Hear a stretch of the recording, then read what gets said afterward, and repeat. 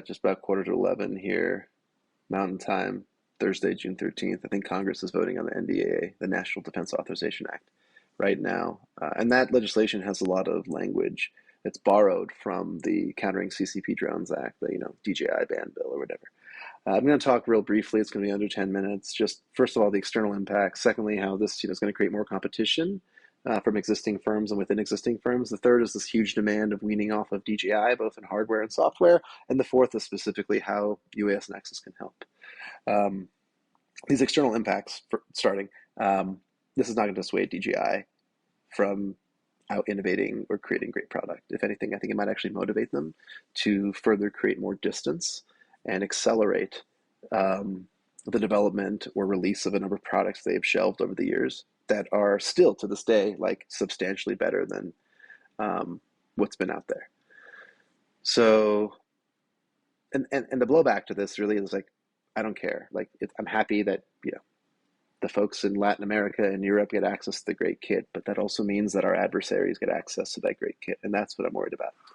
And I've spoken about this at length. And this legislation, and this is why I think it's at least Stefanik's doing a disservice to U.S. national security and our men and women and our allies abroad, men and women in uniform and allies abroad, because you are enabling and motivating this company that creates a lot of technology to just continue to accelerate and dominate.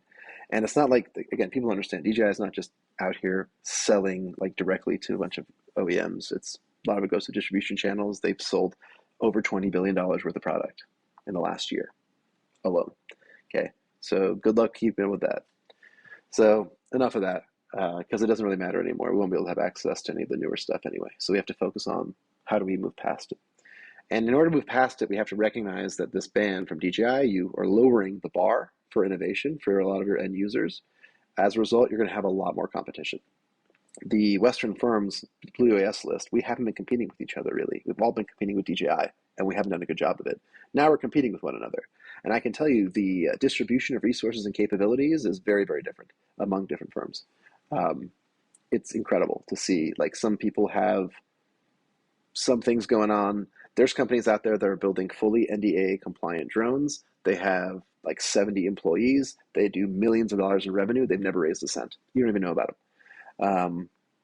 Again, they just work quietly, do business, and just keep their heads down. There's no press releases about, somebody wrote a giant check to them.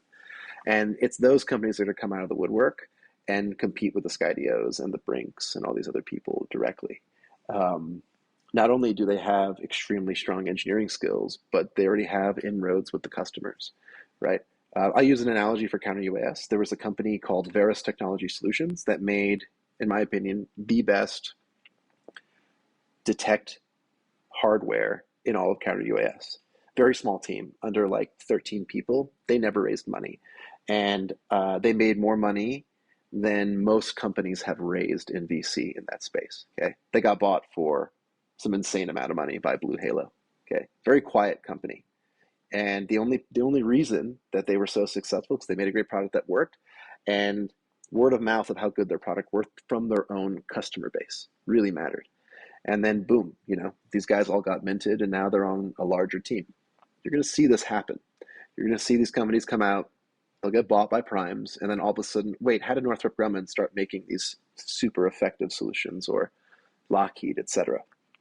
So, and on top of that, I'll bring this up. This is the other thing is like Skydio, there's a misperception that Skydio is going to capture this whole market. Not at all. Because when it comes to like mapping, surveying, and, inspection, Skydio is actually lagging behind on a capabilities perspective, and they're not really making a lot of sales. And that's, it's not a competitive product. The X10, fine drone, not a good mapper, not a good surveying solution, not great for inspection for different reasons, right? I mean, one is the optics aren't great for what you're trying to do when it comes to mapping. You already have better solutions like from Free Fly Systems, Inspired Flight, Harris Aerial, Arc Sky, Skyfront, all these other better solutions for mapping that can carry like Sony A7R5 or Sony ILX or the Centera 65R.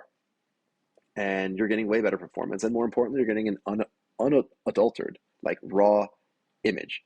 It doesn't have to go through any of that AI filter shit that Skydio does to touch up the image quality, which is not what your end user wants anyway. Also, these vehicles, they can carry LiDAR. X10 can't carry LiDAR. And when it comes to inspection, you have the same issue when it comes to like AI touch-up. But this isn't about Skydio. This is really about how Skydio and these other firms now have competition within one another. You see the same thing. You've already seen it with public safety, the Brink Lemur and the Uniform Sierra Arrowhead. And there's going to be more of these indoor GPS-denied drones too that'll be coming out. The competition is going to be really crazy because many of them will share the same capabilities. It'll be down to price and the integration and user experience that'll really differentiate these things. You'll see the same thing with fixed wing VTOL mapping, right? There's a number of firms out there that are using like a non-NDA compliant drone or a pretty generic VTOL, and they want to add their own type of integration. Great. You're going to have like 50 different people, just in one Facebook group who are going to do the same thing. The third part here is this creates a huge demand for like weaning off of DJI, not just on the hardware, but the software, right? So this demand is actually going to fuel that competition I was just talking about, right? We need a solution to fix, our lack of Mavic 3s or M300. There's going to be a lot of M300 replacements. The Mavic is much harder to replace, same with the M30. But the M350, M300, people are going to really be trying to replace them. And the more difficult piece is actually the software, because DJI has done such a great job of giving folks the toolkit to create a really rich experience that doesn't exist in the other communities. So people can be like, how do I get my software to do this? And this is the fourth point. Y'all got to call UAS Nexus, because this is exactly what we do. We're optimized and specialized in closing the gap between China and the West when it comes to user experience, product parity. We already are worked with folks for the last several months, well over a year, on doing this. We don't talk about who our clients are, but you can probably tell from some of my posts that we have unparalleled access to and insight into the Western UAS supply chain on the component side as well as the software side to actually help vehicle OEMs and end users get what they need done. So if you need better mission planning software, holler. You need ATAC stuff, you can holler. You need to do any of the stuff that you've done with the DJI drone and you can't do with the DJI drone anymore, give us a call. Or don't give us a call. Please email info@uasnexus.com. Anyway, this whole DJI ban, it's going to be fine. I mean, am I going to be worried if I'm caught in the backcountry skiing and search and rescue is going to have to send a Skydio X10 over the M350? Yeah, I'll be concerned. But as an industry, I don't think it's going to collapse in the way that people think it is. We're just going to be paying a lot more for those solutions. The price part really matters when it comes to public safety and the agencies throughout, the United States that are disproportionately funded, right? There's a lot of disparity in funding. So that's where the low-cost drones really matter.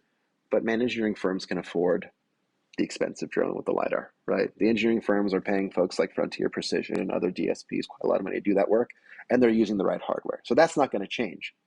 What's going to change is the competition for the hardware and the software solutions within that space. It'll be very disruptive. Excited to see how it happens. I'm actually going to bet that you're going to see systems integrators and the DSPs themselves and the value-added resellers dip their toe into the hardware and software space. You saw it yesterday with Fly Motion and the robotic hand, UGV flying drone rolling thing. That's just a taste, I think, of what's about to come. So just when we thought the industry was about to decline, it's going to get so much more competitive. And companies that are making money, that make good product, are going to get bought up and consolidated by the larger firms. And then, yeah, it'll be business as usual. Have a great weekend. Stay safe. Yo, kooky shebang, I'm on my A game. Top recruits, 2 shots to shoot if you improve your aim. Work the key, become the master of your freedom. Never have to ask permission, and you never need a reason. Pull up, you got the green light. Bust it if it seem like the right thing. Got the clean sight, let it ring like a ding.